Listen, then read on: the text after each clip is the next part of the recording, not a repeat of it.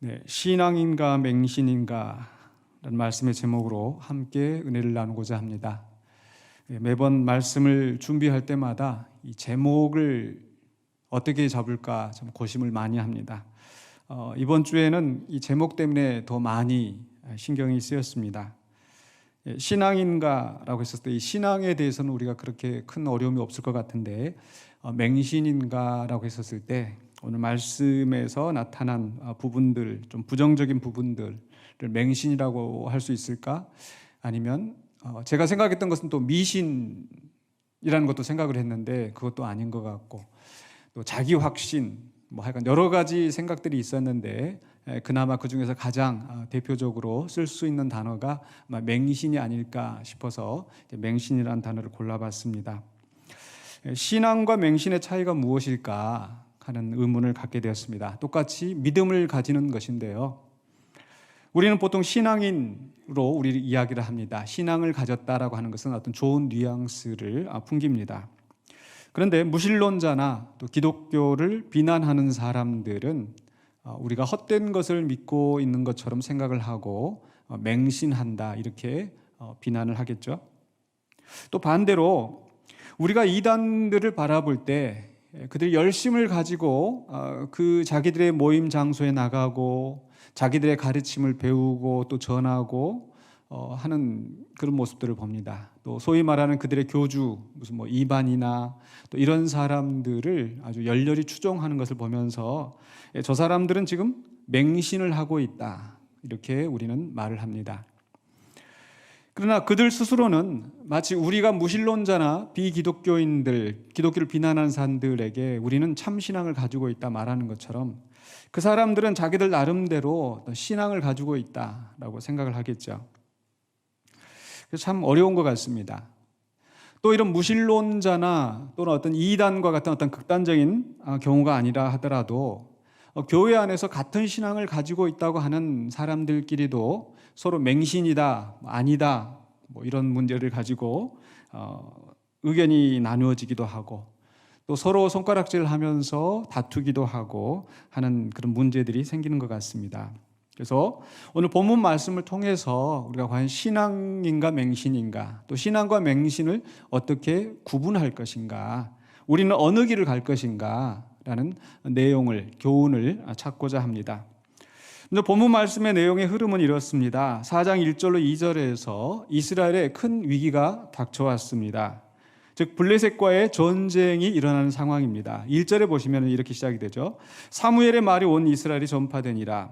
이스라엘은 나가서 블레셋 사람들과 싸우려고 에벤에셀 곁에 진치고 블레셋 사람들은 아벡에 진쳤더니. 그래서 에벤에셀의 이스라엘 사람들과 또 아벡이라는 곳에 블레셋 사람들이 서로 진을 치고 지금 전쟁을 앞두고 있는 일촉즉발의 상황인 거죠. 여기서 이 에벤에셀이라는 말을 혹시 아마 들어보신 적이 있으실 것 같아요. 이 에벤에셀이라는 그 이름의 뜻은 도움의 돌이다. 바로 이 사무엘상 7장, 이제 앞으로 우리가 좀 더 뒤에서 보게 될 텐데 사무엘상 7장 12절에서 사무엘이 돌을 취하여 미스바와 센 사이에 세워 이르되 여호와께서 여기까지 우리를 도우셨다 하고 그 이름을 에벤에셀이라 하니라. 그래서 도움의 돌이라는 뜻에서 에벤에셀입니다. 좋은 의미를 가진 지명이죠. 그런데 아직 4장에서는 아직 그 에벤에셀이라는 이름이 지어지지 않은 상태입니다. 그러니까 이 역사를 기록한 이 성경의 저자가 바로 그 에벤에셀이라는 그 자리에서 진을 치고 있었다. 아직 이름은 없는 상황입니다. 나중에 7장에 가서야 이제 이름이 생겨지는 거죠. 그때는 하나님이 도우셔서 그들이 승리하였던 역사가 있었지만 그러나 4장에서는 그들이 패배하였던 그 패배의 자리가 바로 에벤에셀입니다. 4장 2절에 보시면 바로 그들의 패배한 상황들이 나옵니다. 블레셋 사람들이 이스라엘에 대하여 전열을 벌이니라. 그들이 싸우다가 이스라엘이 블레셋 사람들 앞에서 패배했죠. 그들에게 전쟁에서 죽임을 당한 군사가 4,000명 가량이라.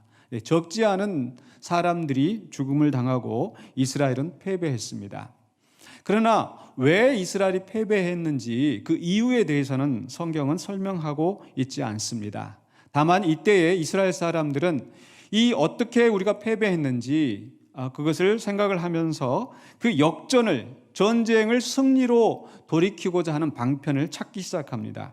그게 바로 이제 4장 3절로 4절에서 이스라엘 사람들이 이제 언약궤를 가져오는 거죠. 하나님의 언약궤를 가져오는 겁니다. 바로 4장 3절의 상반부에 이렇게 기록이 되어 있습니다.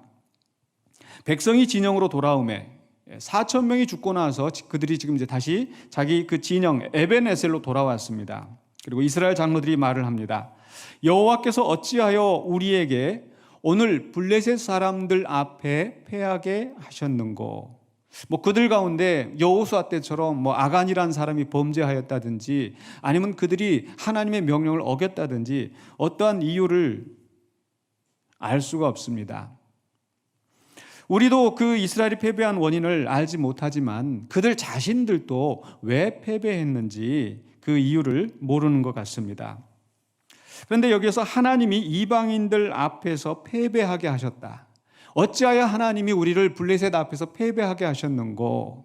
라는 이 말씀은 바로 이 사사시대의 전형적인 특징이었습니다. 바로 그 백성들이 범죄할 때에 하나님께서 그들을 이방인 앞에 내어주고 패배하게 하셨던 거죠. 바로 이 사사시대의 전형적인 묘사인데 앞에서 우리가 사사기에서 보았던 것과는 달리 지금 이 사람들은 이 상황을 뒤집기 위한 뭔가 시도를 가져오는데 그게 바로 언약궤를 가져오는 것이라고 그랬죠. 바로 3절 하반부에 이렇게 기록되어 있습니다. 여호와의 언약궤를 실로에서 우리에게로 가져다가 우리 중에 있게 하여 그것으로 우리를 우리 원수들의 손에서 구원하게 하자 하니. 여호와의 언약궤를 가져오자. 여호와의 언약궤라고 한다면은 바로 하나님의 임재하심의 표징이고 상징이었었죠. 그렇기 때문에 이들이 이 전쟁에서 패배한 순간에 하나님의 언약궤를 찾는 행동을 하였다는 것은 어떻게 보면 믿음의 행위인 것처럼 보입니다. 그러나 과연 그 언약궤가 그들에게 구원을 가져다 줄 수 있을지 그 다음의 내용을 보면은 그렇지 않다는 게 문제입니다.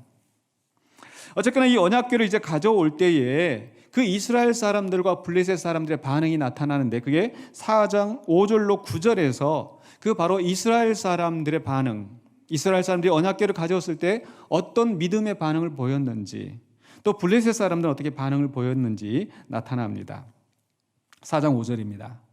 여호와의 언약궤가 진영에 들어올 때에 온 이스라엘이 큰 소리로 외치매 땅이 울린지라. 언약궤가 왔을 때 그들은 큰 소리를 쳤습니다. 오죽하면 땅이 울릴 정도로. 바로 이제 하나님의 언약궤가 우리 가운데 있으니 이제 우리는 승리했다. 4천 명이 패배하고 4천 명이 죽임을 당하고 전쟁에서 패배한 그 불행한 상황이었음에도 불구하고 이제 됐다. 하나님의 언약궤가 있으니까 이제는 우리는 승리할 것이다. 분명한 확신이 있었습니다. 믿음이 있었습니다. 우리가 언약궤를 가져다가 우리로 구원하게 하자라고 말을 했기 때문에 바로 지금 이 사람들이 가지고 있는 것은 바로 어떻게 보면 구원의 확신이고 승리의 확신이었습니다. 분명히 믿음이 있었습니다. 그들은 이제 전쟁에서 이미 이긴 것처럼 큰 소리를 쳤습니다. 그러나 반대로 블레셋 사람들의 반응은 어떠했었는가? 블레셋 사람들은 낙심하고 있었습니다. 4장 6절에서 블레셋 사람이 그 외치는 소리를 듣고 이르되 히브리 진영에서 큰 소리로 외치면 어찌 됨이냐 하다가 무슨 일인가 알아보자. 아마 정탐꾼들을 내보냈겠죠. 가서 보니까 거기에 여호와의 언약궤가 놓여 있고 사람들이 그 언약궤를 둘러싸고 환호하고 크게 지금 외치고 있는 그런 상황인 겁니다. 그래서 여호와의 궤가 진영에 들어온 줄을 깨달은지라. 그걸 알고 블레셋 사람들이 서로 이야기합니다. 8절에서 우리에게 화로다. 누가 우리를 이 능한 신들의 손에서 건지리요. 7절과 8절에서 이제 우리 큰일 났다. 우리는 이제 망했다. 왜 그런 생각을 하였는가? 바로 8절 후반부에 그들은 광야에서 여러 가지 재앙으로 애굽인을 친 신들이니라. 출애굽기에 나타난 그 사건들. 바로 하나님께서 열 재앙으로 애굽을 치시고 그 강한 나라였던 애굽에서 바로 이스라엘을 구출해 내셨습니다. 뿐만 아니라 홍해에서 바로의 군대를 몰살시키시고 또 광야에서 놀라운 기적으로 아말렉을 쳐부수고 또 그 백성을 인도하셨습니다. 우리가 여호수아서 2장에 보면은요, 이 이스라엘 백성들이 가나안 땅에 정탐꾼을 들여보냈을 때 라합을 통해서 들었던 말이 있죠. 바로 이 여리고 사람들이 당신네 신들이, 당신네 하나님이 애굽에서 하였던 일을 듣고 또 요단강 동편에서 했던 일들을 듣고 우리가 다 마음이 어떻게 됐다고 그랬어요? 녹았나이다. 주변의 모든 나라들에게 소문이 나 있었습니다. 블레셋 사람들도 이미 그 소문을 들었겠죠. 시간이 지났어도 그 소문은 그들 가운데 전설로 남아서 이제 여호와의 언약궤가 얼마나 무서운 존재인지, 하나님이 얼마나 무서운 존재인지 그들은 알고 있었던 겁니다. 여리고 사람들이 마음이 녹았던 것처럼 블레셋 사람들도 두려움이 있었는데, 그렇다고 이들은 그냥 꼬리를 내리지 않았습니다. 아마 그들 가운데서도 강경파가 있었겠죠. 그래서 그 강경파가 이 무서워 떨고 있는 사람들을 설득을 합니다. 4장 9절에서 너희 블레셋 사람들아, 강하게 되며 대장부가 되라. 더 각오해라. 너희가 히브리 사람의 종이 되기를 그들이 너희의 종이 되었던 것 같이 되지 말고, 야, 저 사람들 저래봐야 이스라엘이 그동안 우리의 종이었지 않느냐. 삼손 때 그러했습니다. 또 사사기의 역사의 초반부에 그들이 블레셋의 지배 아래 놓여있던 때가 많이 있었습니다. 야, 그래봐야 우리의 종인데 우리가 이긴 적이 있지 않았느냐. 이제 와서 여호와의 언약궤가 왔다고 무서워할 게 뭐 있냐. 그렇기 때문에 대장부같이 되어 싸우라. 결국 싸움이 시작이 됩니다. 그리고 나서 전쟁이 일어나게 되는데 그 전쟁의 결과가 어떻게 되었을까요? 네 번째로 생각해 보면 4장 이제 10절로 11절에 이스라엘이 결국은 패배한 겁니다. 4장 10절입니다. 블레셋 사람들이 쳤더니 이스라엘이 패하여 각기 장막으로 도망하였고 살육이 심히 커서 이스라엘 보병에 엎드러진 자가 3만 명이었으며, 아까 몇 명이 죽었다고 그랬습니까? 4천 명이 죽었다고 그랬어요. 여호와의 언약궤를 가져다가 그들 중에 있게 하고 블레셋 사람들이 그들을 쳤을 때에 이스라엘 백성이 가서 친 것도 아니고 여호와의 언약궤를 중심으로 진을 치고 모여있는 그 상황에서 블레셋 사람이 쳐들어왔는데 3만 명이 죽임을 당했습니다. 게다가 더 비극적인 것은 바로 11절에 있습니다. 하나님의 궤는 빼앗겼고 엘리의 두 아들 홈니와 비느하스는 죽임을 당하였더라. 하나님의 궤가 우리 가운데 있으니 우리가 이길 것이다, 승리할 것이다, 큰 소리를 쳤는데 그 백성 중에 3만 명이 죽임을 당하고 여호와의 언약궤는 블레셋 사람들에게 빼앗겼습니다. 그리고 그 언약궤를 지키던 홈니와 비느하스도 죽임을 당한 거죠. 이 본문을 읽어보면요, 아이러니입니다. 충격입니다. 왜냐하면 아까 4장 4절에 뭐라고 기록되어 있냐면 4장 4절을 보시면요, 엘리의 두 아들 홈니와 비느하스는 하나님의 언약궤와 함께 거기에 있었더라 그랬죠. 그 말은 무슨 말이에요? 자, 상상을 해보세요. 이스라엘의 진영이 있고 그리고 그들 중심에 하나님의 언약궤가 있습니다. 그리고 그 언약궤를 가장 가까이서 지금 보필하고 있는 사람이 바로 홈니와 비느하스인 거죠. 그래서 홈니와 비느하스는 하나님의 언약궤와 함께 거기에 있다라고 그랬는데 11절에서 하나님의 궤는 빼앗겼고 홈니와 비느하스는 죽임을 당하였더라 이렇게 말하고 있습니다. 대조시키고 있는 거죠. 하나님의 언약궤, 홈니와 비느하스. 4절에서는 함께 있었는데 11절에서는 언약궤는 빼앗기고 홈니와 비느하스는 죽임을 당하고, 결국 무엇을 얘기합니까? 홈니와 비느하스가 결코 그들에게 구원의 방편이 되지 못하였다는 말씀입니다. 사실 우리는 그냥 무심코 이 이야기를 넘길 수가 있었는데 지금 그 이스라엘 사람들이 그 언약궤에 대한 신앙이 있었던 것처럼 홈리와 비느하스에 대해서도 상당히 어떤 그 언약궤를 지키고 있는 사람들이었기 때문에 존중하고 있었을 것입니다. 그런데 그 홈리와 비느하스도 죽임을 당한 거죠. 한번 생각을 해보시죠. 자, 전쟁을 했습니다. 전쟁을 하다가 보면은 사상자가 나기 마련입니다. 그 말단 계급에 있는 병사가 몇 명 죽었다. 사실 그건 큰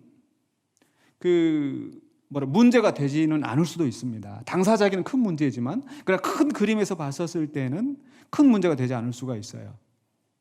그런데 사령관이 있고 부사령관이 있는데 지금 홈리와 비느하스가 죽었단 말은 무슨 뜻이에요? 바로 부사령관이 죽었다라는 얘기예요. 쉽게 말하면. 그리고 사령관인 여호와의 언약궤는 지금 적의 포로로 끌려간 상황입니다. 굉장히 지금 이스라엘 백성으로서는 완전히 전쟁에서 대패한 것입니다. 그렇기 때문에 성경은 홈리와 비느하스는 언약궤와 함께 있었는데 이제 이 전쟁의 이야기 마지막에 언약궤는 빼앗기고 홈리와 비느하스는 죽었더라라고 묘사하고 있는 겁니다. 사실 이 4장의 사건에서 본문이 말씀하고자 하는 의도가 무엇인가 여기서 분명히 나타납니다. 그들이 왜 전쟁에서 패배했는지, 이스라엘의 문제가 무엇인지 자세하게 기록하고 있지 않지만 결국 이 말씀을 통해서 이야기하려고 하는 것은 홈리와 비느하스가 죽었다. 왜 지금 이것을 이렇게 기록하고 있을까? 바로 2장과 3장에서 선포되어졌던 하나님의 말씀이 성취되었다는 것을 나타내고 있습니다. 왜냐하면 바로 사무엘상 2장에서 바로 엘리가 그 아들들을 아무리 설득을 해도 듣지 않았습니다. 그러면서 말씀하고 있는 것이 하나님께서 그들을 죽이기로 작정하셨다. 그러면서 2장 34절에 그 말씀이 나오죠. 바로 내 두 아들 홈리와 비느하스가 한 날에 죽으리니 그들이 당할 그 일이 내게 표징이 되리라. 홈리와 비느하스가 죽을 것이다 라고 하는 그 일이 4장에 와서 비로소 성취된 것이죠. 또 3장 12절에서 하나님께서 사무엘에게 하셨던 말씀, 내가 엘리의 집에 대하여 말한 것을 처음부터 끝까지 그날에 그에게 다 이루리라. 그러니까 2장에서는 하나님의 사람, 무명의 하나님의 사람이 와서 했던 바로 그 말, 홈리와 비느하스가 죽을 것이다. 3장 12절에서 사무엘을 통하여서 선포하셨던 말씀, 바로 엘리 집에 선포되었던 그 저주가 그대로 다 이루어질 것이다. 결국 무엇이 성취되었습니까? 하나님의 말씀에. 하나님의 언약궤가 그들 가운데 있다고 해서 승리가 보장되어지는 것이 아니라 하나님의 말씀이 성취된 것입니다. 좀 이상한 말이지만 하나님의 말씀이 이길까요? 언약궤가 이길까요? 그렇죠? 그들은 언약궤를 가져오면 승리할 수 있을 것이라고 생각했는데 오히려 더 큰 패배를 당한 것입니다. 잘못된 확신이었죠. 맹신이었죠. 하나님의 말씀에 대해서 그들은 관심이 없었습니다. 2장에서 3장에서 그렇게 말씀이 선포되어졌음에도 불구하고 그 경고에 귀를 기울이지 않고 그 전쟁의 와중에 오로지 언약궤만 있으면 자기들이 승리할 수 있을 것이다. 잘못된 자기 확신, 맹신, 미신을 가지고 있었던 거죠. 근데 공교롭게도 바로 이 4장 1절의 말씀이 어떻게 시작하고 있어요? 4장 1절에서 바로 이 홈리와 비느하스의 죽음을 이야기하는 이 기사가 4장 1절이 사무엘의 말이 온 이스라엘에 전파되니라. 지난주에 이 말씀을 우리가 보았습니다.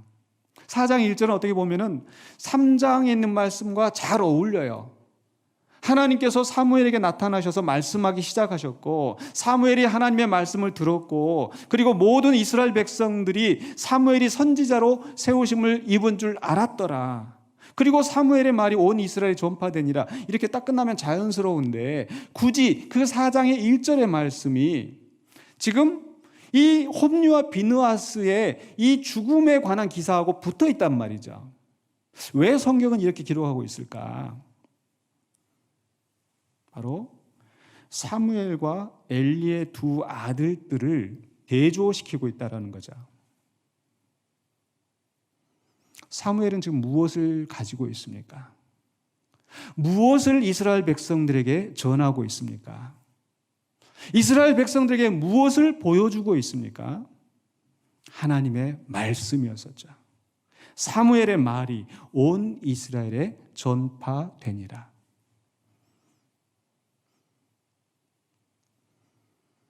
그러나 엘리의 아들들은 이스라엘 백성들에게 무엇을 보여주고 있고 무엇을 제공하고 있었습니까?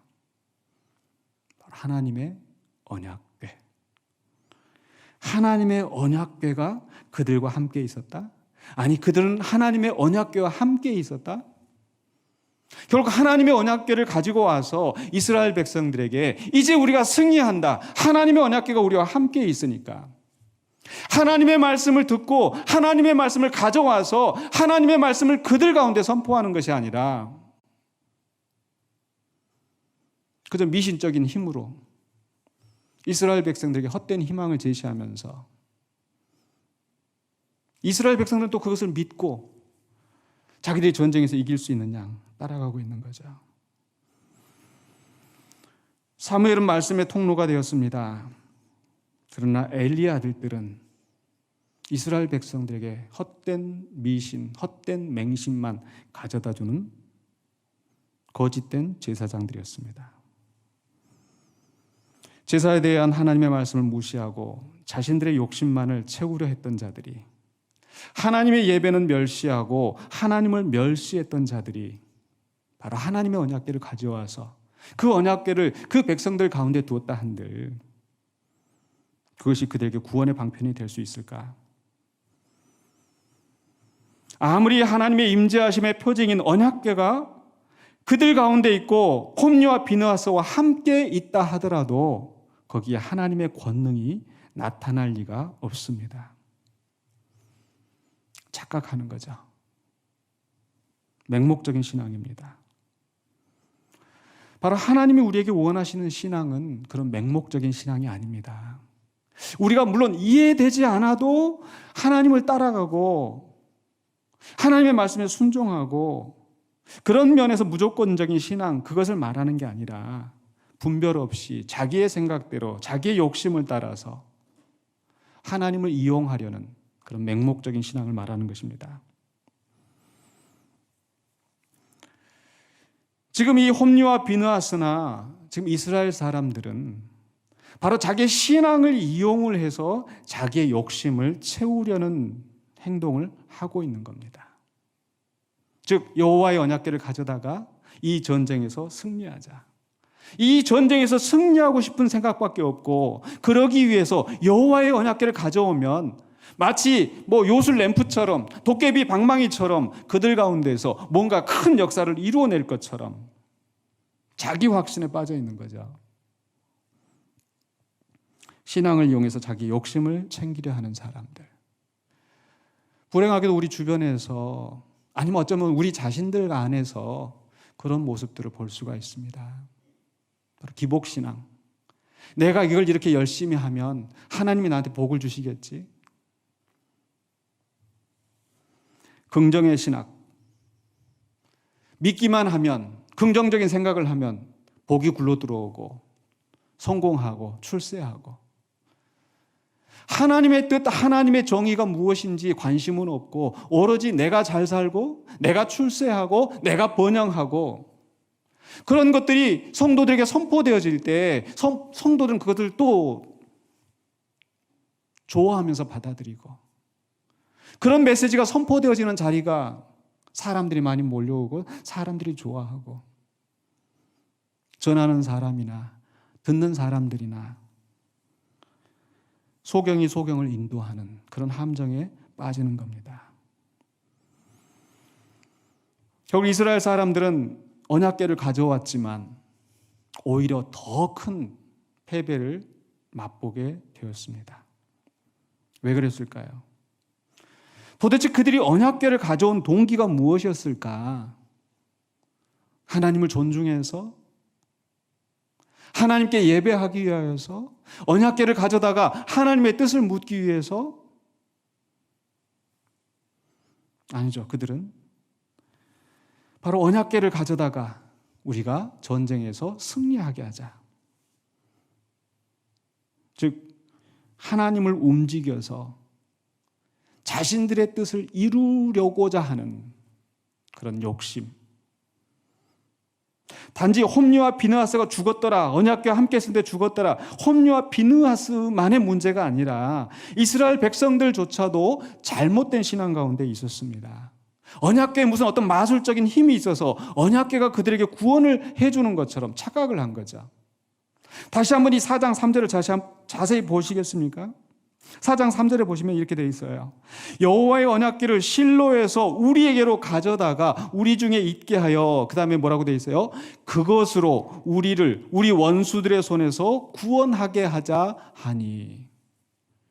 지금 누가 구원하는 거예요? 무엇이 구원하는 거예요? 그들이 기대하고 있는 것은 하나님이 우리를 구원하실 것이다가 아니잖아요. 그것으로 우리를 구원하게 하자. 하나님을 이용하는 겁니다. 신앙이라는 이름으로 자신의 욕망을 채우려는 것입니다. 분명히 여호와의 언약궤는 우리가 무시할 수 있는, 우리가 함부로 할 수 있는 그것은 아닙니다. 분명히 언약궤를 통해서 하나님의 놀라운 역사가 모세 때, 여호수아 때 일어났었습니다. 언약궤가 만들어지고 그들 가운데 성막이 완성되었을 때 모세가 했던 기도 기억하십니까? 바로 민수기 10장 35절에 궤가 떠날 때에는 여호와의 언약궤가 그 이스라엘 백성의 3일길을 앞서 행하는데 그 성막에 있던 여호와의 언약궤가 떠날 때에 모세가 기도하는 내용, 여호와여 일어나사 주의 대적들을 흩으시고 주를 미워하는 자가 주 앞에서 도망하게 하소서 하였고. 그러니까 여호와의 언약궤가 그들 앞서서 가는 것은 하나님이 우리 앞장서서 인도하시고 하나님이 우리의 원수들을 무찌르신다라는 신앙 고백이 그들 가운데 들어있었습니다. 그리고 하나님께서도 내가 너희를 인도하고 내가 저 원수들을 무찌를 것이다, 너희들은 나를 따라오라, 그 표징으로서 언약궤를 그들 가운데 주셨던 거죠. 언약궤가 마술적인 힘이 있어서가 아니라 하나님이 하시는 일을 표징으로 나타나게 하시는 겁니다. 그래서 여호수아 때 가나안 정복을 위해서 그 가나안 땅에 들어갈 때 요단강을 건너가야 되는데 무엇이 제일 앞장서 갔습니까? 제사장들이 언약궤를 메고 요단강을 밟아 섬에 요단강 물이 갈라지고 이스라엘 백성이 그 땅을 마른 땅처럼 지나갔지 않았습니까? 여리고성이 어떻게 무너졌습니까? 여호와의 언약궤가 앞장서서 그 백성들을 인도하고 그 백성들은 그저 아무것도 하지 않고 따라만 갔던데 그 견고한 여리고성이 무너진 거예요.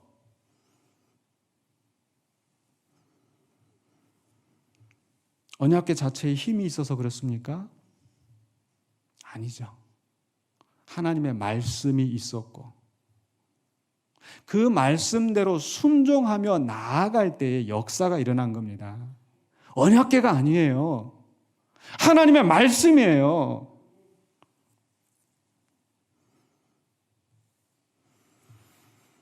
그러나 홈리와 비느하스 그리고 이스라엘 사람들은 하나님의 말씀에는 관심이 없어요. 그저 종교적인 열심으로 언약궤를 가져다가 축제를 하고 예배를 하고 기도를 하면 하나님이 들어주실 것처럼 오로지 언약궤에 대한 맹신을 가지고 미신적인 신앙을 가지고 하나님을 이용해서 자신들의 승리를 쟁취하는 데 급급했던 것입니다. 우리는 어떠합니까? 우리도 혹시 그런 착각에, 그런 맹신에 빠질 때가 있지 않았었는지 우리가 돌아보기를 원하는 것입니다.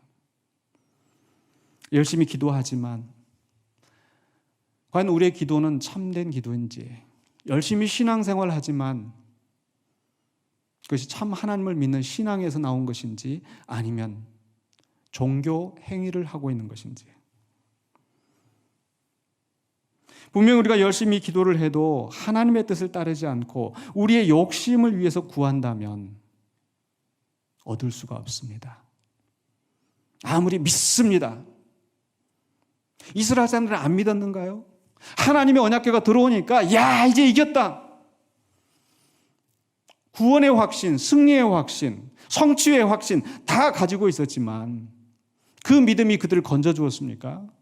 아니요. 잘못된 믿음이기 때문에 역사가 일어나지 않았습니다. 그래서 분명히 야고보서 4장 2절로 3절에서 우리에게 말씀합니다.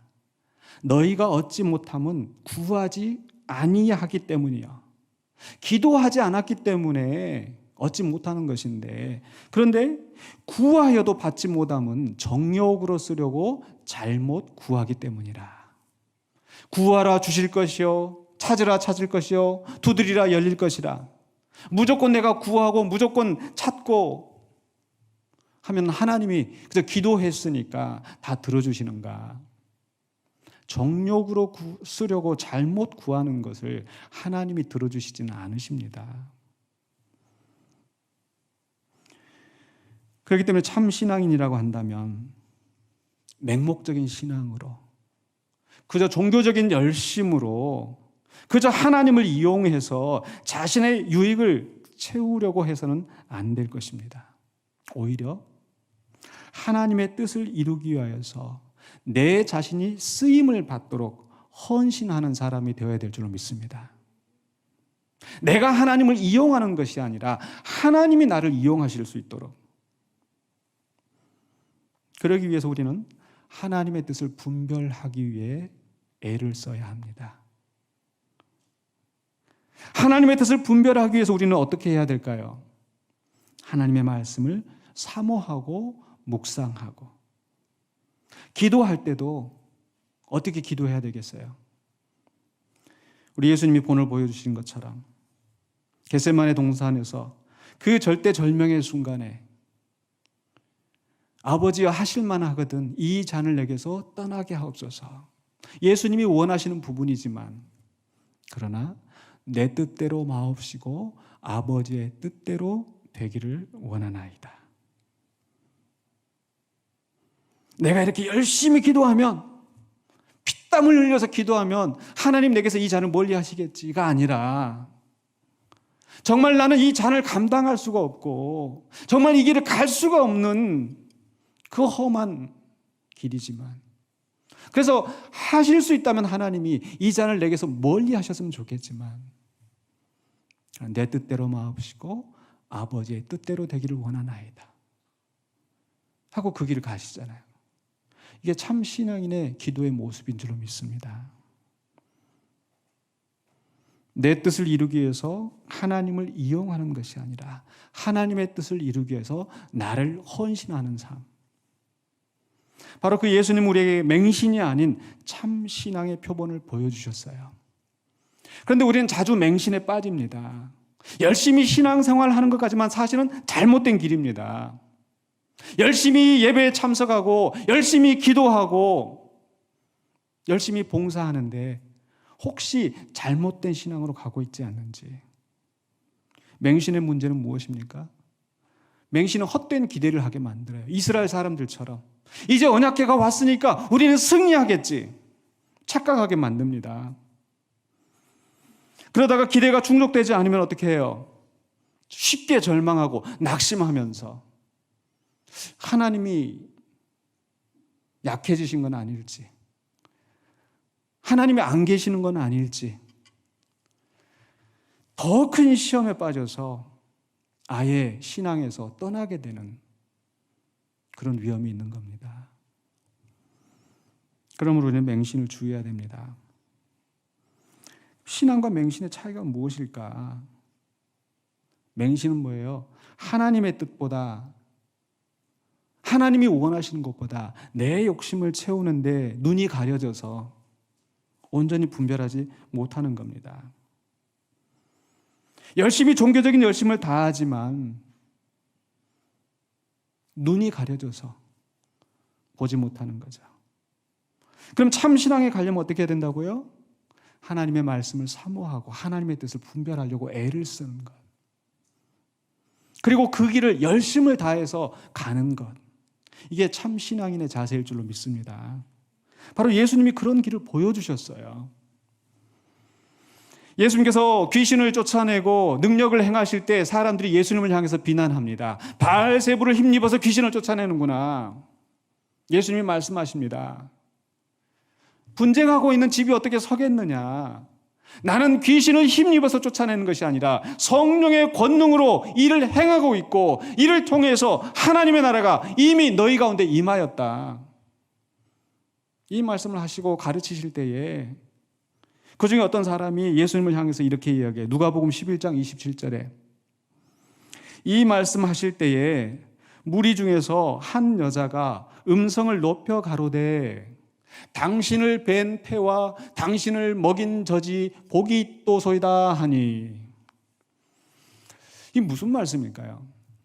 바로 예수 그리스도를 통해서 성령의 권능이 나타나고 예수 그리스도를 통해서 귀신이 쫓겨나가고 예수 그리스도를 통해서 하나님의 나라가 이 땅에 임하였다고 하니까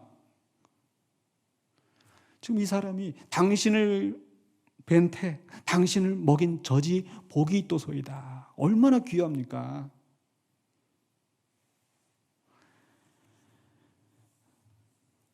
근데 예수님을 육신적으로 뵀기 때문에 예수님을 먹여서 키웠기 때문에 복이 있다? 근데 예수님은 그래 맞아. 이렇게 하지 않으셨어요. 오히려 바로 그 다음에 28절에 뭐라고 말씀하셨어요? 같이 한번 읽어보실까요? 예수께서 가라사대 오히려 하나님의 말씀을 듣고 지키는 자가 복이 있느니라 하시니라. 여러분 마리아하고 여러분하고 누가 더 복이 있어요? 마리아하고 여러분하고 우리 자신하고 누가 더 복이 있어요? 물론 내가 과연 그렇게 하나님의 말씀을 듣고 지키는가 그걸 생각하면 금방 답변을 못 하실 것 같지만 그러면 이렇게 질문하죠. 누가 더 복이 있을 수 있을까요? 우리는 흔히 어떤 그 물리적인 어떤 그런 존재에 거기에 어떤 힘이 있는 것처럼 착각을 해요. 십자가를 들고 다니는 그 십자가가 우리를 구원해주고 우리를 보호해주고 우리를 지켜줄까요? 예수님을 뵌 태, 예수님을 키운 그 젖, 그게 복이 아니라고 말씀하시는데 우리는 자꾸 그런 어떤 그 외부적인 어떤 형상 표징을 자꾸 미신적으로 믿고 따라가는 겁니다. 예수님은 분명히 말씀하세요. 하나님의 말씀을 듣고 지키는 자가 복이 있다. 예수님을 육신적으로 가까이 있다고 해서 복이 아니라 중요한 건 뭐다? 하나님의 말씀을 듣고 지키는 것. 바로 그 같은 상황에서 지금 예수님의 어머니와 형제들이 찾아왔을 때 사람이 묻습니다. 당신의 어머니와 형제들이 지금 밖에 있습니다. 당신을 보려고 지금 와 있습니다. 예수님 뭐라고 말씀하셨어? 우리 어머니 오셨어? 나가시지 않으셨잖아요. 뭐라고 말씀하셨어요? 그 둘러서 있는 예수님의 말씀을 듣고 있는 그 제자들을 향해서 이 사람들이 내 어머니고 내 형제고 내 자매들이다. 왜? 예수님은 그 육신의 관계보다도 더 중요한 거. 물리적으로 예수님과 함께 있는 거, 그게 중요한 게 아니라 그 말씀을 듣고 지키는 그것이 참 신앙의 길이기 때문에 바로 이렇게 말씀하신 겁니다. 당신을 뵌 태와 당신을 먹인 젖이 복이 있도다 라고 했던 그 말이 어쩌면은 하나님의 언약궤가 우리 가운데 있으니 우리는 승리할 것이다 착각했던 그 맹신과 비슷한 것은 아닌지, 혹시 우리는 그런 맹신 가운데서 우리의 열심을 다하고 있는 것은 아닌지, 내가 지금 가는 이 길이 신앙의 길인지 맹신의 길인지 우리가 점검하기를 원합니다. 어떤 차이가 있어요? 다시 한번 제가 마지막으로 말씀을 마무리하기 전에 정리합니다. 신앙이라는 것은요, 참 신앙은 말씀을 통해 하나님의 뜻을 분별하고 하나님의 뜻을 이루기 위해 열심을 내는 것입니다. 다시 한번요. 말씀을 통해 하나님의 뜻을 분별하고 하나님의 뜻을 이루기 위해 열심을 낸다. 맹신은 뭐예요? 자신의 뜻을 이루기 위해, 자신의 욕심을 채우기 위해 맹목적인 기대로, 믿음이 아니에요. 맹목적인 기대로 종교적인 열심을 다한다. 믿음의 대상에 대해서 우리는 분별해야 됩니다. 믿음의 대상, 이건 과연 하나님의 뜻인지, 하나님이 원하시는 것인지 분별하고, 또 그것을 믿는 내 동기가 무엇인지, 내 욕심을 위한 것인지 하나님의 뜻을 위한 것인지, 그 두 가지를 우리가 분별한다면, 그리고 바른 길을 선택한다면 우리는 참 신앙의 길로 가게 될 줄로 믿습니다. 그 신앙의 길로 가서 승리하시는, 참 복을 누리시는 저와 여러분이 되시기를 주의 이름으로 축원합니다. 기도하겠습니다. 거룩하신 아버지 하나님, 은혜를 감사합니다. 오늘 우리에게 주신 말씀을 통하여서 우리가 하나님의 뜻을 온전히 분별하고 하나님의 뜻을 행하는, 하나님의 마음에 맞는 신실한 주의 사역자들이 되게 하여 주시옵소서. 예수 그리스도 이름으로 기도하옵나이다. 아멘.